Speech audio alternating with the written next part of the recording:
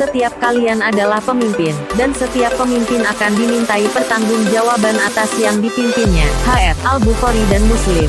Mengutip sebuah mutiara hadits dalam agama yang penulis yakini, sudah menjadi ketetapannya bahwa kita adalah seorang pemimpin. Hal ini tidak mempedulikan apa jabatannya sekarang, berapa jumlah bawahannya, strata pendidikannya, dari mana sukunya berasal, dan berapa penghasilannya per bulannya. Kita murni terlahir sebagai pemimpin di dunia ini, entah itu di lingkup organisasi maupun lingkup kecil keluarga tersayang atau dalam lingkup yang lebih kecil lagi, diri kita pribadi.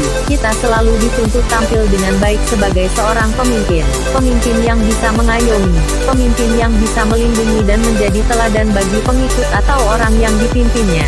Sebenarnya, pemimpin dan kepemimpinan merupakan suatu kesatuan kata yang tidak dapat dipisahkan secara struktural maupun fungsional. Seperti organisasi, juga terdapat banyak pengertian-pengertian mengenai pemimpin dan kepemimpinan.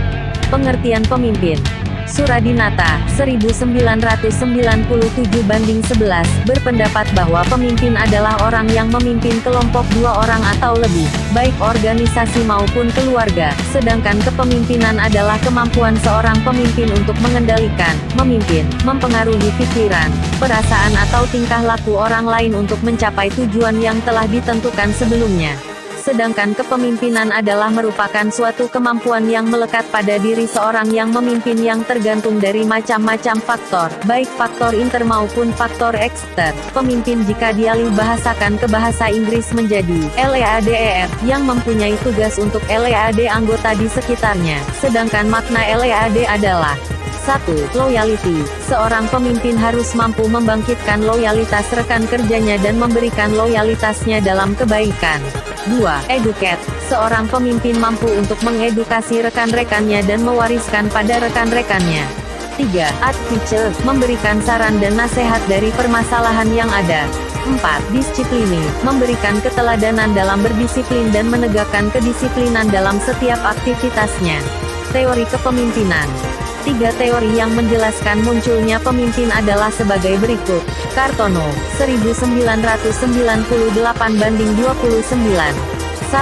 Teori genetis menyatakan sebagai berikut. Pemimpin itu tidak dibuat, akan tapi lahir jadi pemimpin oleh bakat-bakat alami yang luar biasa sejak lahirnya. Dia ditakdirkan lahir menjadi pemimpin dalam situasi dan kondisi yang bagaimanapun juga, yang khusus.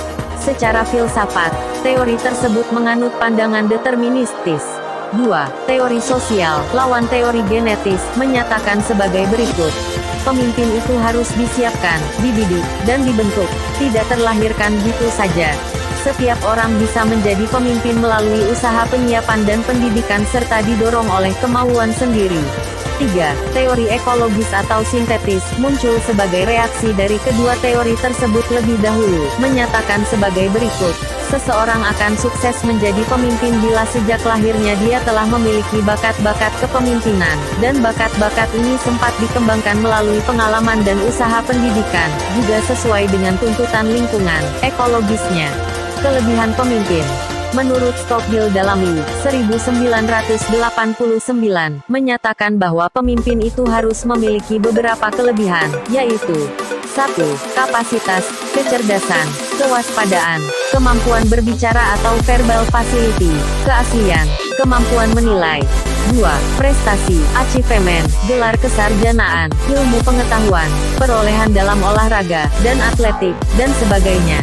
3. Tanggung jawab, mandiri, berinisiatif, tekun, ulet, percaya diri, agresif, dan punya hasrat untuk unggul. 4. Partisipasi, aktif, memiliki sosiabilitas tinggi, mampu bergaul, kooperatif atau suka bekerja sama, mudah menyesuaikan diri, punya rasa humor. 5. Status, meliputi kedudukan sosial ekonomi yang cukup tinggi, populer, tenar. Kemudian, dalam Islam seorang pemimpin yang baik adalah pemimpin yang memiliki sekurang-kurangnya 4 sifat dalam menjalankan kepemimpinannya, yakni 1. Sidik, jujur, sehingga ia dapat dipercaya. 2. Tabligh, penyampai, atau kemampuan berkomunikasi dan bernegosiasi. 3. Amanah, bertanggung jawab, dalam menjalankan tugasnya. 4. Fatanah, cerdas, dalam membuat perencanaan, visi, misi, strategi dan mengimplementasikannya. Gaya kepemimpinan. Selanjutnya Isyak Arep dan Tanjung, 2003-23, menyatakan bahwa dalam mencapai tujuan sebagaimana telah dikemukakan di atas, yakni untuk dapat menguasai atau mempengaruhi serta memotivasi orang lain, maka dalam penerapan manajemen sumber daya manusia lazimnya digunakan empat macam gaya kepemimpinan, yaitu 1. Democratic leadership adalah suatu gaya kepemimpinan yang menitik beratkan kepada kemampuan untuk menciptakan moral dan kemampuan untuk menciptakan kepercayaan. 2. Diktatorial atau autocratic leadership, yakni suatu gaya leadership yang menitik beratkan kepada kesanggupan untuk memaksakan keinginannya yang mampu mengumpulkan pengikut-pengikutnya untuk kepentingan pribadinya dan, atau golongannya dengan kesediaan untuk menerima segala resiko apapun. 3. Paternalistic leadership, yakni bentuk antara gaya pertama, demokratik, dan kedua, diktatorial, di atas, yang pada dasarnya kehendak pemimpin juga harus berlaku, namun dengan jalan atau melalui unsur-unsur demokratis. Sistem dapat diibaratkan diktator yang berselimutkan demokratis. 4. Free rein leadership, yakni salah satu gaya kepemimpinan yang 100% menyerahkan sepenuhnya seluruh kebijakan pengoperasian manajemen sumber daya manusia kepada bawahannya dengan hanya berpegang kepada ketentuan-ketentuan pokok yang ditetapkan oleh atasan mereka. Tipe kepemimpinan. Tipe pemimpin yang dikemukakan oleh W.J. Redin dalam What Kind of Manager yang disunting oleh Wajo Sumijo, D.P. dan K. Pusat Pendidikan dan Latihan Pegawai, 1982, yaitu 1. Berorientasikan tugas, task orientation. 2. Berorientasikan hubungan kerja, relationship orientation. 3. Berorientasikan hasil yang efektif, effective orientation. Berdasarkan ketiga orientasi tipe pemimpin tersebut maka terdapat 8 tipe kepemimpinan, yaitu 1. Tipe deserter, pembelot, sifatnya, bermoral rendah, tidak memiliki rasa keterlibatan, tanpa pengabdian, tanpa loyalitas dan kekuatan, sukar diramalkan. 2. Tipe birokrat sifatnya, korek, kaku, patuh pada peraturan dan norma-norma, ia adalah manusia organisasi yang tepat, cermat, berdisiplin, dan keras. 3. Tipe misionaris, misionari, sifatnya, terbuka, penolong, lembut hati, ramah tamah. 4. Tipe developer, pembangun, sifatnya, kreatif, dinamis, inovatif, memberikan, melimpahkan wewenang dengan baik, menaruh kepercayaan pada bawahan. 5. Tipe otokrat sifatnya, keras, diktatoris, mau menang sendiri, keras kepala, sombong, bandel. 6. Benevolent autokrat, otokrat yang bijak, sifatnya, lancar, tertib, ahli dalam mengorganisir, besar rasa keterlibatan diri. 7. Tipe kompromiser, kompromis, sifatnya, pelintat-pelintut, selalu mengikuti angin tanpa pendirian, tidak mempunyai keputusan, berpandangan pendek dan sempit. 8. Tipe eksekutif sifatnya, bermutu tinggi, dapat memberikan motivasi yang baik, berpandangan jauh, tekun.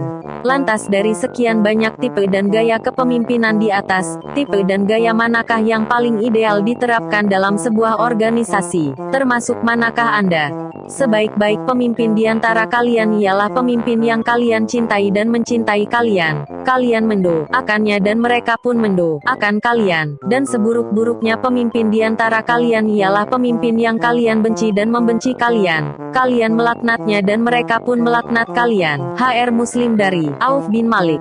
Referensi 1. Arep, Isyak dan Henry Tanjung, 2003, Manajemen Motivasi, Penerbit PT, Gramedia Widya Sarana Indonesia, Jakarta.